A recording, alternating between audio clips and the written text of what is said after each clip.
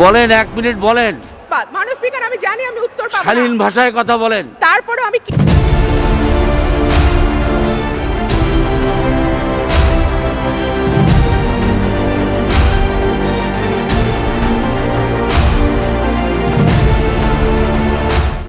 এবারে বক্তব্য রাখার জন্য আমি আহ্বান জানাচ্ছি মহিলা আসন 50 থেকে নির্বাচিত মাননীয় সদস্য বেগম রুমিন ফারহানা।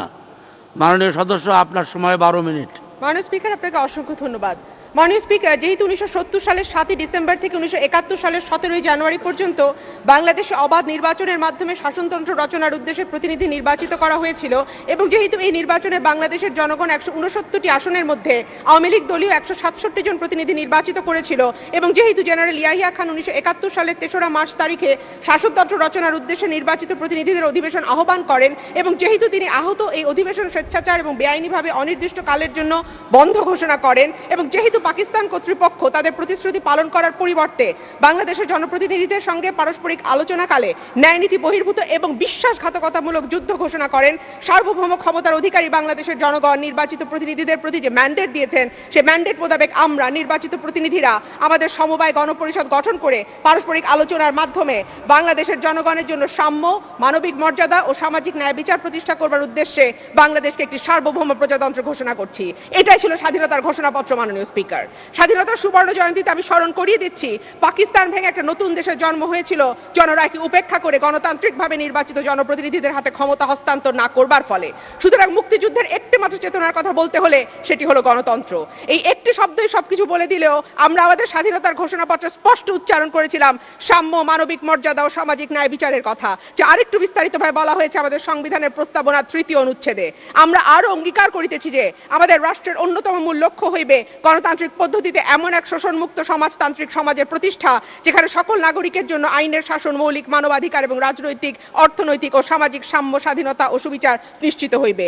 ঘোষণাপত্র এবং সংবিধানের প্রস্তাবনার কথাগুলো আবার স্মরণ করিয়ে দেওয়ার উদ্দেশ্য হলো মুক্তিযুদ্ধকে রাজনৈতিক অস্ত্র হিসেবে ক্রমাগত ব্যবহার করার ফল হয়েছে এখন ভাস্কর্য ভাঙা কিংবা পদ্মা সেতু গড়ার মধ্যেও এই চেতনা খোঁজা হয়।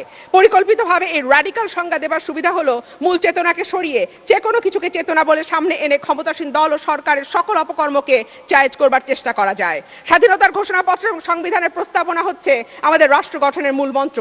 সেই মূল মন্ত্রের সাথে বর্তমান বাংলাদেশকে মিলিয়ে দ্ব্যর্থহীন ভাষায় বলাই যায় স্বাধীনতার 50 বছরের ইতিহাসে বর্তমান সরকারের মতো মুক্তিযুদ্ধের এত বড় বিপক্ষ শক্তি অতীতে কখনো ক্ষমতায় আসে নাই। মাননীয় স্পিকার, আজকের বাংলাদেশে বসে ভাবতে অবাক লাগে ইয়াহিয়ার মতো একজন ঘৃণিত সামরিক স্বৈরশাসকের অধীনেও একটা অবাধ সুষ্ঠু নির্বাচন হয়েছিল। রাষ্ট্রপতি একাদশ সংসদ নির্বাচনের পর সংসদে দেয়া তার 3টি ভাষণের প্রত্যেকটিতে উল্লেখ করেন নির্বাচনটি ছিল অবাধ, সুষ্ঠু, নিরপেক্ষ। এই যেন রবীন্দ্রনাথের সেই কথা, কত বড় আমি কহে নকল হীরাটি, তাই তো সন্দেহ করি নহ ঠিক খাঁটি। রাষ্ট্রপতি তার ভাষণে আইয়ুবী অবকাঠামোগত উন্নয়ন, যেটি আবার নিম্নমান এবং লুটপাটের কারণে ব্যাপকভাবে প্রশ্নবিদ্ধ, যত গুরুত্ব দিয়ে তুলে এনেছেন ততটাই অবহেলিত থেকে সে আইনের শাসন, বিচার বিভাগের স্বাধীনতা, সার্বজনীন মানবাধিকার, মত প্রকাশের স্বাধীনতা, সাধারণ মানুষের জীবনমান, ক্রমবর্ধমান বৈষম্য, হরিলুট, সাংবিধানিক স্বায়ত্তশাসিত প্রতিষ্ঠানগুলোর ভেঙে পড়া ইত্যাদি ইত্যাদি। মহাজোটের এই ব্রুট মেজরিটির সংসদে প্রদীপের নিচে সেই অন্ধকারকে নিয়ে স্রোতের বিরুদ্ধে আমার বক্তব্য। মাননীয় স্পিকার, মহামান্য রাষ্ট্রপতির পুরো ভাষণ মূলত কিছু ডেটার সমাহার, যেখানে জিডিপি থেকে গড় আয়ু বৃদ্ধি, মাথা পিছু আয় থেকে মাতৃমৃত্যু কিছুই বাদ যায় নাই। অথচ বাংলাদেশের ডেটার গ্রহণযোগ্যতা নিয়ে এই প্রশ্ন তুলেছে বিশ্ব ব্যাংক। 2020-এ প্রকাশিত বিশ্ব ব্যাংকের স্ট্যাটিস্টিক্যাল ক্যাপাসিটি স্কোরে 62.2 স্কোর নিয়ে দক্ষিণ এশিয়ার দেশগুলোর মধ্যে এক আফগানিস্তান ছাড়া আর সকল দেশের পেছনে রয়েছে বাংলাদেশ। রাষ্ট্রপতির পুরো ভাষণটি রাষ্ট্র পরিচালনার গতানুগতিক রুটিনের একটি ধারা বিবরণী মাত্র, যার জন্য তিনি সরকারের কৃতিত্ব দাবি করেছেন। চলতি বাজেটে সরকারের পরিচালন ব্যয় 3.5 লাখ কোটি টাকার বেশি। মাননীয় স্পিকার, প্রশ্ন হচ্ছে এই বিপুল ব্যয় দেশের জনগণ একটা সরকার পুষছে কি স্রেফ বসে থাকার জন্য? চলছে পৌর নির্বাচন, জাতীয় নির্বাচনের পর স্থানীয় সরকার নির্বাচনকেও নৌকা মানেই জেতা ধরনের নির্বাচনে পরিণত করা হয়েছে। এই নির্বাচন অনুষ্ঠিত হবার সময় সবচেয়ে বেশি আলোচিত উক্তিগুলো হলো আওয়ামী লীগ ভোটের অধিকার প্রতিষ্ঠা করতে পারে নাই, এই প্রশাসন মনে করে সরকার তারা বানিয়েছে সুতরাং তারা যা ইচ্ছা তাই করতে পারে, নির্বাচনে প্রশাসনের কাছে ফল চাওয়া হয়েছিল, প্রশাসন গাছবাকল সুদ্ধা তুলে নিয়ে এসছে, সুষ্ঠু নির্বাচন হলে আওয়ামী লীগের এমপিরা পালানোরও পথ খুঁজে পেত না। এটা কি আর বলবার দরকার আছে? কথাগুলো কার? মাননীয় স্পিকার, বাংলাদেশের নির্বাচন ব্যবস্থা ধ্বংস হওয়া নিয়ে বিএনপি ছাড়াও অন্য সব বিরোধী দল, মহাজোটের শরিক দল, টিআইবি, সুজন, বিভিন্ন গণতান্ত্রিক দল, বিদেশি পর্যবেক্ষক, বিদেশি গণমাধ্যমের নিন্দা জানানোর পর সম্প্রতি সরকার আর নির্বাচন কমিশনের সাফল্যের মুকুটে আরেকটা পালক যুক্ত হয়েছে। যুক্তরাষ্ট্রের হার্ভার্ড বিশ্ববিদ্যালয়ের দি ইলেকট্রাল ইন্টিগ্রিটি প্রজেক্ট 2019 তাদের রিপোর্ট প্রকাশ করেছে। সেখানে নির্বাচনের মানের বিবেচনায় বাংলাদেশের স্কোর 38, যা দক্ষিণ এশিয়ায় সর্বনিম্ন। সারা পৃথিবীতে বাংলাদেশের চাইতে খারাপ নির্বাচন হয় মাত্র 21টি দেশে। মাননীয় স্পিকার, বলে রাখি, ফ্রিডম হাউসের সর্বশেষ রিপোর্টে ইলেকট্রাল ডেমোক্রেসির তালিকায় বাংলাদেশ আর নাই, যার অর্থ হচ্ছে নির্বাচনের মাধ্যমে প্রতিষ্ঠিত গণতান্ত্রিক ব্যবস্থার লেশ মাত্র বাংলাদেশে আর অবশিষ্ট নাই। রাষ্ট্রপতি তার ভাষণে 29.10 অনুচ্ছেদে বলেন, গণতান্ত্রিক সংস্কৃতি বিকাশে আইনানুগ এবং গ্রহণযোগ্য নির্বাচন অনুষ্ঠানের মাধ্যমে বাংলাদেশ নির্বাচন কমিশন ইতিমধ্যে অনুসরণের দৃষ্টান্ত স্থাপন করেছে, যা দেশে বিদেশে প্রশংসিত হয়েছে। অথচ কিছুদিন আগেই আওয়ামী লীগের প্রতি সহানুভূতি সম্পন্ন অনেকে সহ 42 জন বিশিষ্ট নাগরিক বর্তমান নির্বাচন কমিশনের চরম ব্যর্থতা সহ আর্থিক দুর্নীতি উল্লেখ করে তাদের অভিশংসন চেয়েছেন। ইকোনমিস্ট ইন্টেলিজেন্স ইউনিটের মতে বাংলাদেশ এখন হাইব্রিড রেজিম, ফ্রিডম হাউসের মতে আংশিক মুক্ত, কিন্তু সার্বিক বিবেচনায় বাংলাদেশ আসলে একটি স্বৈরতান্ত্রিক দেশ, যা 2018 সালে জার্মান গবেষণা সংস্থা বেরুসম্যান স্টিফটুং পরিষ্কার ভাষায় ব্যক্ত করেছে। 2020 সালে প্রকাশিত এই সংস্থার দেশভিত্তিক বেরুসম্যান ট্রান্সফরমেশন ইন্ডেক্সে 2006 সাল থেকে 2020-এর মধ্যে বাংলাদেশের বিভিন্ন সূচকের তুলনা করলে দেখা যায় নির্বাচন, গণতন্ত্র, মানবাধিকার সম্পর্কিত 20টি সূচকেই বাংলাদেশের অবস্থান ক্রমাগত নিম্নমুখী। বাংলাদেশের স্বৈরতান্ত্রিকতার স্বীকৃতি এখন আসছে নানা দিক থেকে। গত বছর 10 ডিসেম্বর আন্তর্জাতিক মানবাধিকার দিবস উপলক্ষে দেয়া এক যৌথ বিবৃতিতে হিউম্যান রাইটস ওয়াচ সহ 7টি মানবাধিকার সংগঠনের পক্ষ থেকে কর্তৃত্ববাদী শাসনের বিরুদ্ধে অবস্থান নেওয়ার জন্য আন্তর্জাতিক সম্প্রদায়ের প্রতি আহ্বান জানানো হয়। ডিজিটাল সিকিউরিটি অ্যাক্ট এবং 74-এর বিশেষ ক্ষমতা আইন উল্লেখ করে বলা হয়, এই করোনাকালে সরকার তার কর্তৃত্ববাদী শাসন আরো বেশি পোক্ত করেছে। গত অক্টোবরে বিচার বহির্ভূত হত্যা, গুম আর নির্যাতনের অভিযোগে র্যাবের জ্যেষ্ঠ কর্মকর্তাদের বিরুদ্ধে নিষেধাজ্ঞা দিতে ট্রাম্প প্রশাসনকে চিঠি দিয়েছে মার্কিন সিনেটের বৈদেশিক সম্পর্ক বিষয়ক কমিটির 10 সদস্য। জাতিসংঘ মানবাধিকার পরিষদের 42তম নিয়মিত অধিবেশনে বাংলাদেশের সার্বিক মানবাধিকার পরিস্থিতি তুলে ধরতে গিয়ে বলা হয়, এদেশে গত 10 বছরে গুম হয়েছে 536 জন, বিচার বহির্ভূত হত্যা হয়েছে 2188টি, হেফাজতে নির্যাতনে মারা গেছে 128 জন, আর খেয়াল খুশি মতো গ্রেফতারের শিকার হয়েছে কয়েক হাজার মানুষ। আইন ও সালিশ কেন্দ্র এবং অধিকারের রিপোর্ট দেখলে বোঝা যায় এই সংখ্যা আরো কয়েক গুণ বেশি। মাননীয় স্পিকার, ইউরোপিয়ান ইউনিয়নের বাংলাদেশকে দেওয়া বাণিজ্য সুবিধা 2023 সাল পর্যন্ত বহাল থাকবে কিনা সেই প্রশ্ন শ্রমিক অধিকারের সঙ্গে যুক্ত করা হবে মানবিক সুরক্ষাকেও। 2018 সালের নভেম্বরে ইউনিভার্সাল পিরিয়ডিক রিভিউ বাস্তবায়নের জন্য বাংলাদেশকে চিঠি দিয়েছিল জাতিসংঘের মানবাধিকার কমিশন, যাতে স্বাধীনভাবে মত প্রকাশের অধিকার, নাগরিকদের সমাবেশ করার অধিকার সহ রাজনৈতিক অধিকার নিশ্চিত করা, বিচার বহির্ভূত হত্যা বন্ধ করা, ডিজিটাল সিকিউরিটি অ্যাক্টের নিপীড়নমূলক ধারা বাতিল করা, গণমাধ্যমের স্বাধীনতা নিশ্চিত করা, বিচার বহির্ভূত হত্যা বন্ধ করা সহ বিভিন্ন বিষয় অন্তর্ভুক্ত হয়েছে। দেশের মত প্রকাশের স্বাধীনতার পরিস্থিতিও ভয়াবহ। 2020 সালে রিপোর্টার্স উইদাউট বর্ডার্স এর রিপোর্টে টাফার পলিটিক্স, মোর প্রেস ফ্রিডম ভায়োলেশনস শিরোনামে বাংলাদেশ সম্পর্কে বলা হয়েছে, Bangladeshi journalists have been among the leading collateral victims of the tougher methods adopted by the ruling Awami League since 2009. The campaign leading up to the re-election in late 2018 was accompanied by a disturbing increase in press freedom violations, including violence by political activists against reporters in the field, the arbitrary blocking of news websites, and arbitrary arrest of journalists. মাননীয় speaker, সংবাদ মাধ্যমের উপর নানামুখী চাপের কারণে 2020 সালের রিপোর্টে বাংলাদেশ ক্রমাগত পিছিয়ে 180টি দেশের মধ্যে 151তম অবস্থানে আছে, যা পাকিস্তান, মিয়ানমার, এমনকি আফগানিস্তানের চাইতেও পেছনে। রাষ্ট্রপতির ভাষণ মতে উন্নয়নের সংজ্ঞা হলো অবকাঠামোগত উন্নয়ন, কিন্তু এটা আসলে বিভৎস লুটপাটের এক চিত্র। 4 লেনের মহাসড়ক নির্মাণে কিলোমিটার প্রতি ব্যয় যেখানে ইউরোপে 28 কোটি, ভারতে 10 কোটি, চীনে 13 কোটি, বাংলাদেশে সেটা গড়ে 60 কোটি। এর মধ্যে ঢাকা ভাঙা মাওয়া মহাসড়ক 4 লেন নির্মাণে কিলোমিটার প্রতি ব্যয় শেষ পর্যন্ত গিয়ে দাঁড়িয়েছে 200 কোটি টাকায়, যা বিশ্বের সবচেয়ে ব্যয়বহুল সড়কেরও কয়েক গুণ। একই অবস্থা ফ্লাইওভার, এলিভেটেড এক্সপ্রেসওয়ে, এমনকি রেলপথ নির্মাণেও। 2017 সালের জুন মাসে বাংলাদেশে বিশ্ব ব্যাংকের প্রধান অর্থনীতিবিদ ডক্টর জাহিদ হোসেন বাংলাদেশের সাথে এই অঞ্চল এবং উন্নত বিশ্বের অবকাঠামো নির্মাণের ব্যয়কে তুলনা করে প্রমাণ করেছিলেন বাংলাদেশের এই ব্যয় বিশ্বেই সর্বোচ্চ। মজা হলো সর্বোচ্চ ব্যয় নির্মিত হয় সর্বনিম্ন অবকাঠামো। গত বছরের আগস্ট মাসে প্রকাশিত অবকাঠামো নিয়ে বিশ্ব ব্যাংকের প্রতিবেদনে বাংলাদেশ সহ এশীয় প্রশান্ত মহাসাগরীয় অঞ্চলের 29টি দেশের সড়কের মান নেপাল ও মঙ্গোলিয়া ছাড়া অন্য যে কোনো দেশের চেয়ে বাংলাদেশের সড়কের মান খারাপ। মাননীয় স্পিকার, আসি পদ্মা সেতু প্রসঙ্গে। যেখানে ভারত, চীন, মালয়েশিয়া, ব্রুনেই প্রতি কিলোমিটার সেতু তৈরিতে খরচ পড়ে সর্বোচ্চ 500 থেকে 700 কোটি টাকা, সেখানে এই সেতুর প্রতি কিলোমিটারের ব্যয় হচ্ছে 5000 কোটি টাকা, যা সর্বোচ্চ স্বাভাবিক খরচের 10 গুণ। পুরো বুয়েটের পুরকৌশল বিভাগের অধ্যাপকের এক মতে নদীর জটিল ভূপ্রকৃতি বিবেচনায় রেল সহ এর প্রতি কিলোমিটারের ব্যয় সর্বোচ্চ হতে পারে 1500 কোটি টাকা। দুর্নীতি আর লুটপাটের বড় ক্ষেত্র হলো ব্যাংক শেয়ার বাজার। সরকারি তথ্য মতে গত বছরের সেপ্টেম্বরে ব্যাংকে মন্দ ঋণের পরিমাণ ছিল 94,000 কোটি টাকা। সরকারি হিসাবে 80,000 কোটি টাকা খেলাপি ঋণ হাওয়া হয়ে গেছে দুই কারণে: এক, অতি তুচ্ছ পরিমাণ অর্থ পরিশোধ করে ঋণ পুনঃতফসিল করা; দুই, অতি বড় কিছু ঋণ খেলাপিরা রিট দায়ের করেছে। 13 বছর আগে IMF বলেছিল দেশে মন্দ ঋণের পরিমাণ 2.5 লাখ কোটি টাকা। আর বিশিষ্ট অর্থনীতিবিদ মইনুল ইসলামের মতে নানা কায়দায় লুকিয়ে ফেলা খেলাপি ঋণ বিবেচনায় নিলে এর পরিমাণ আরো বেশি, প্রায় 3.5 লক্ষ কোটি টাকা। মাননীয় স্পিকার, লুটপাটের আরেক ক্ষেত্র হলো বিদ্যুৎ, যেখানে 1 মেগাওয়াট উৎপাদন না করে ইন্ডেমনিটির সুবিধা নিয়ে সরকারের কিছু বন্ধু গত 1 দশকে কেন্দ্র ভাড়া বাবদ বিদ্যুৎ খাত থেকে তুলে নিয়েছে 62,000 কোটি টাকা। সরকারি বয়ান মতে সর্বোচ্চ প্রয়োজনে দ্বিগুণ বিদ্যুৎ উৎপাদন সক্ষমতা থাকার পরেও অনেক কেন্দ্রের চুক্তি নবায়ন এবং নতুন কেন্দ্র স্থাপনের অনুমতি প্রমাণ করে এই লুটের সঙ্গে সরকার সরাসরি যুক্ত। লুটের এক টেক্সট বুক এক্সাম্পল এখন বাংলাদেশ, যেখানে বালিশ 6,000 টাকা, একটা বটি 10,000 টাকা, কাঁটা চামচ 1,000 টাকা, পর্দা 37 লাখ, টেলিফোন 15 লাখ, লিফট 2 কোটি, ব্লাড প্রেশার মাপার মেশিন 10 লাখ 25,000, এক্সেট্রা এক্সেট্রা। এমনকি অতি স্বাভাবিক বিষয় হয়ে গেছে প্রকল্পের কেনাকাটায় লুটপাট, যেখানে পুকুর খনন, লিফট কিনতে, গরুর কৃত্রিম প্রজনন দেখতে, ট্যাংরা, পাবদা, মাছ চাষ, তেল জাতীয় ফসল, মৌ চাষ, নলকূপ খনন শেখার মতো অদ্ভুত যুক্তিতে বিদেশ সফর করছে আমলারা।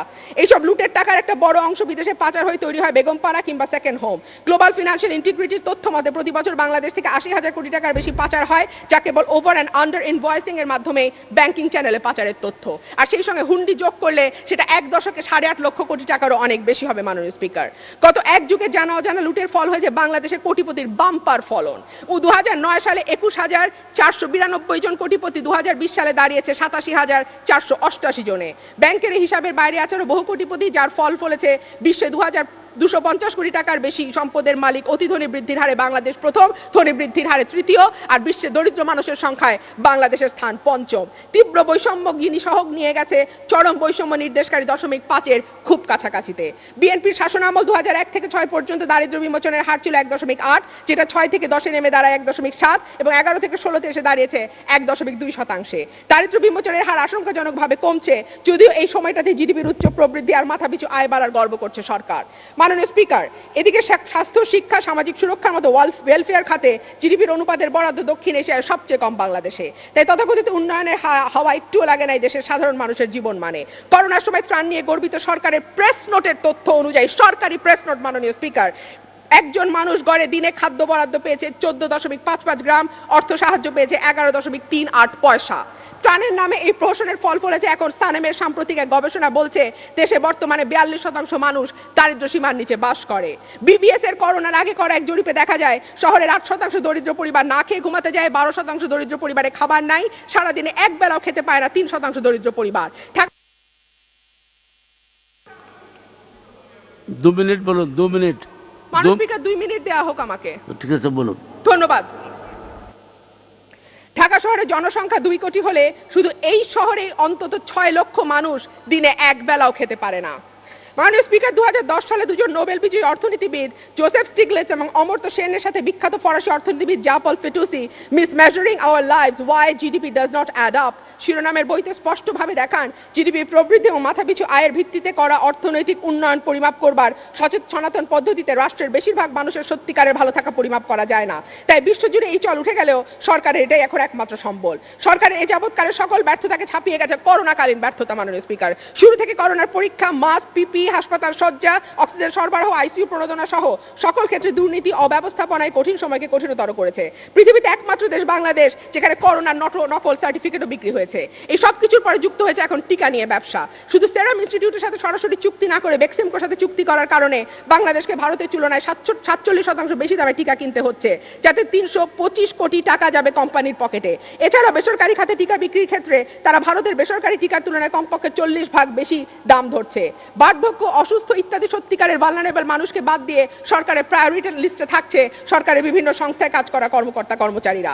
রাষ্ট্রপতি বিরোধী দলের ভূমিকার কথা বলেছেন মাননীয় স্পিকার। দেশের প্রধান বিরোধী দলের সর্বোচ্চ থেকে তৃণমূল পর্যন্ত গত এক যুগে হত্যা, গুম, মিথ্যা মামলা সহ নানা নির্যাতনের মধ্যে দিয়ে ধ্বংসের সমস্ত আয়োজন সম্পন্ন হয়েছে।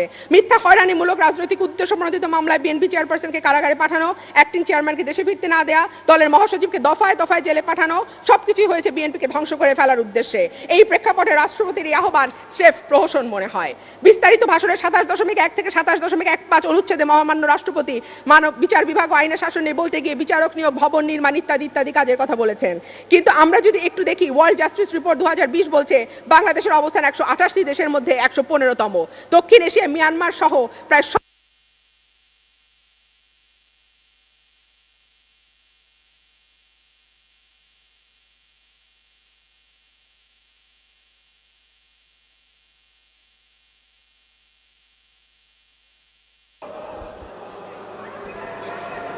বলেন, 1 মিনিট বলেন। মাননীয় স্পিকার, আমি জানি আমি উত্তর পাবো না। শালীন ভাষায় কথা বলেন। তারপরে আমি কিছু প্রশ্ন এই সংসদে রেখে যাচ্ছি। রোহিঙ্গা সমস্যার ক্ষেত্রে বাংলাদেশের তথাকথিত অতি ঘনিষ্ঠ বন্ধুরা কেন মিয়ানমারের পক্ষে? দ্বিপাক্ষিক সমস্যা সমাধানের ক্ষেত্রে বাংলাদেশের দর কষাকষির ক্ষমতা কেন একেবারেই শূন্য? সরকারি নানা সংস্থার তালিকায় থাকা ইয়াবার মূল হোতা সাবেক এক এমপি আর তার সরকারি দলের ইয়াবা কারবারিদের বিরুদ্ধে ব্যবস্থা না নিয়ে মাদকের বিরুদ্ধে যুদ্ধের নামে কয়েকশো মানুষকে বিনা বিচারে হত্যা করা হলো কেন? ধর্ষণের মতো ভয়াবহ অপরাধের ক্ষেত্রে কেন 97 থেকে 98% অপরাধী ছাড়া পেয়ে যায়? দেশের 4,82,00,000 কর্মহীনকে কাজ না দিয়ে এই দেশকে অতি মোটা বেতনে কয়েক লক্ষ বিদেশি কর্মক্ষেত্রে পরিণত করা হয়েছে কেন? মানবাধিকার কমিশন, তথ্য কমিশনকে সরকার জনগণের করের টাকা দিয়ে পোষা হচ্ছে কি SMS দিয়ে মানুষকে সচেতন করা, আর দুর্নীতি দমন কমিশনকে কি পোষা হচ্ছে বিরোধী দলকে হয়রানি আর সরকারি দলের অপরাধীদের সততার সার্টিফিকেট দিতে? ঢাকার 2 মেয়র পরস্পরের বিরুদ্ধে ফৌজদারি অভিযোগ আনার পরেও কেন ফৌজদারি কোনো ব্যবস্থা না নিয়ে মত পার্থক্য বলে চাপা দেওয়া হচ্ছে? মাননীয় স্পিকার, আমি জানি এগুলো উত্তর আমি পাবো না, কিন্তু প্রশ্নগুলো আপনার মাধ্যমে। ধন্যবাদ, ধন্যবাদ মাননীয় সদস্য। মাননীয় সদস্য, আপনাকে কিন্তু আপনি যে সময় চেয়েছেন ঠিক সেই সময়ে দিয়েছি। সুতরাং you can not pass any remark about the time. You cannot and you should not. The time which you wanted, আমি সেটা আপনাকে দিয়েছি। আপনি প্রথমে 2 মিনিট চেয়েছেন, পরে 1 মিনিট চেয়েছেন। সুতরাং অ্যালোকেশন অফ টাইম সম্পর্কে I think you should not raise any objection. Thank you, please sit down.